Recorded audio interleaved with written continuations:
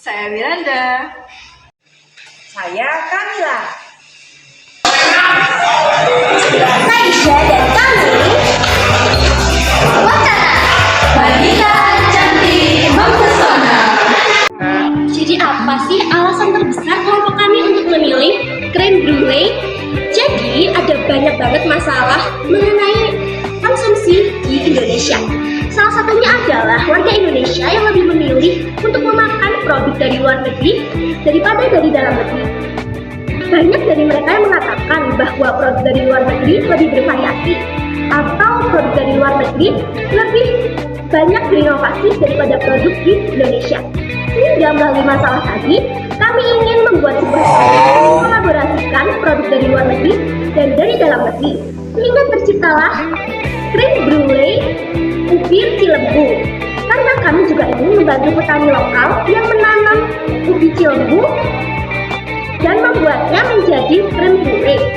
Melalui produk ini, diharapkan para warga Indonesia atau masyarakat Indonesia lebih mau untuk memakan produk-produk dari dalam negeri daripada dari luar negeri. Jadi apa sih visi-misi dari kelompok kita? Visi-misi dari kelompok kita adalah menghadirkan inovasi dessert berbasis ubi yang lezat, sehat, dan dapat dinikmati oleh berbagai kalangan sambil memperkenalkan rasa lokal Indonesia ke pasar global.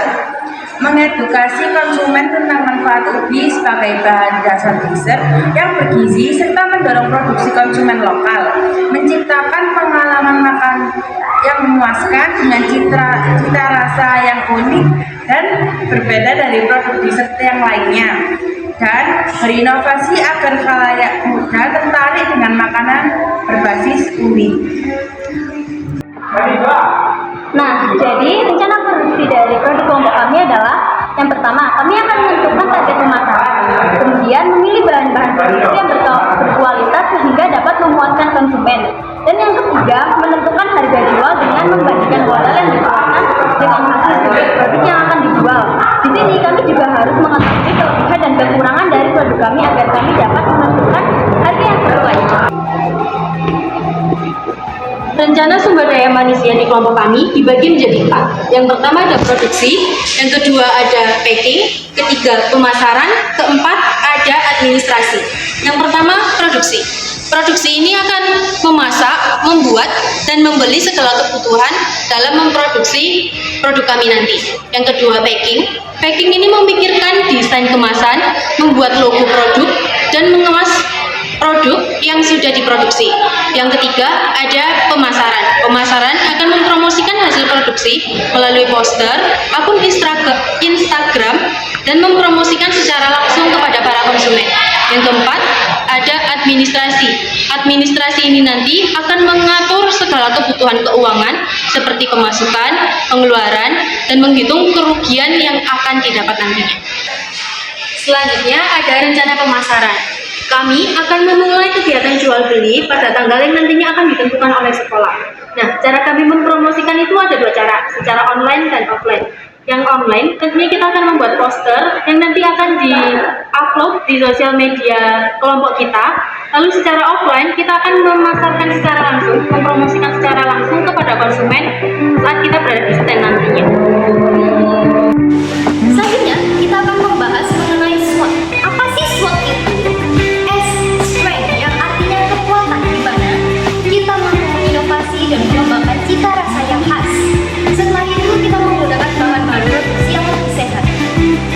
Setelah itu, kita mempunyai desain packaging yang menarik dan unik sekali. Terus apa sih W itu?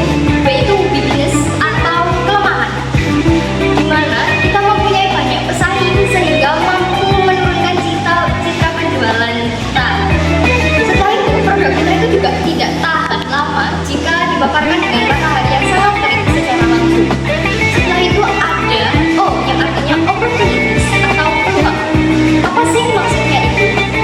Kita mampu mengikuti tren makanan dengan bahan-bahan lokal sehingga mampu menarik perhatian orang-orang di sekitar untuk membeli produk dari kami karena kami menggunakan bahan-bahan lokal.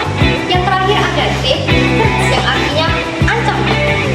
Ancaman dari kita adalah perubahan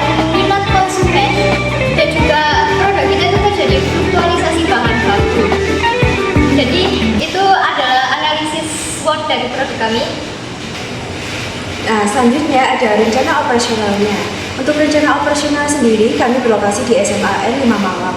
Dan untuk jamnya, kami dari pagi hingga sore saat pengambilan rapor. Kalau untuk distribusinya sendiri, kami menggunakan stand yang sudah disediakan oleh sekolah. Nah, bagaimana sih cara membuat ubi crème brûlée?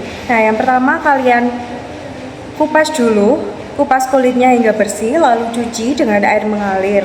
Nah, setelah kalian cuci, kalian kukus hingga matang. Nah, setelah matang, kalian haluskan dengan menggunakan sendok atau ulekan, tergantung kalian punyanya yang apa. Nah, untuk setelah sudah halus, kalian campurkan dengan fla yang sudah kalian buat. Nah, apa sih bahan-bahan untuk membuat flanya? Nah, yang pertama ada kuning telur, yang kedua ada garam, yang ketiga ada gula, yang keempat ada essence vanilla, yang kelima ada mentega, dan yang keenam ada susu cair. Nah, untuk membuat flanya, kalian harus mencampurkan semua bahan-bahan tersebut hingga tercampur merata dan tidak ada gumpalan. Nah, setelah kalian campurkan hingga rata, kalian masukkan ke dalam teflon anti lengket dan aduk hingga mengental. Nah, setelah mengental, kalian tadi kan sudah menghaluskan ubi jelembu tadi. Kalian sebagian fla kalian campurkan dengan ubi jelembu tersebut, dan ada juga kalian sisakan sebagian untuk dibuat topping untuk di atasnya nanti. Setelah kalian campurkan tadi, kalian bisa tuangkan campuran fla dan juga ubi jelembunya ke dalam packaging atau tempat yang sudah kalian siapkan. Untuk seberapa banyaknya bisa kalian takar sendiri.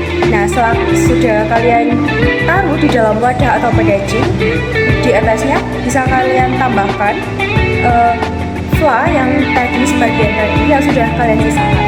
Setelah itu, kalian bisa langsung torch menggunakan alat torch atau sendok yang sudah dipanaskan. Setelah itu ubi jelembu crème brûlée-nya sudah bisa dimakan atau dihidangkan.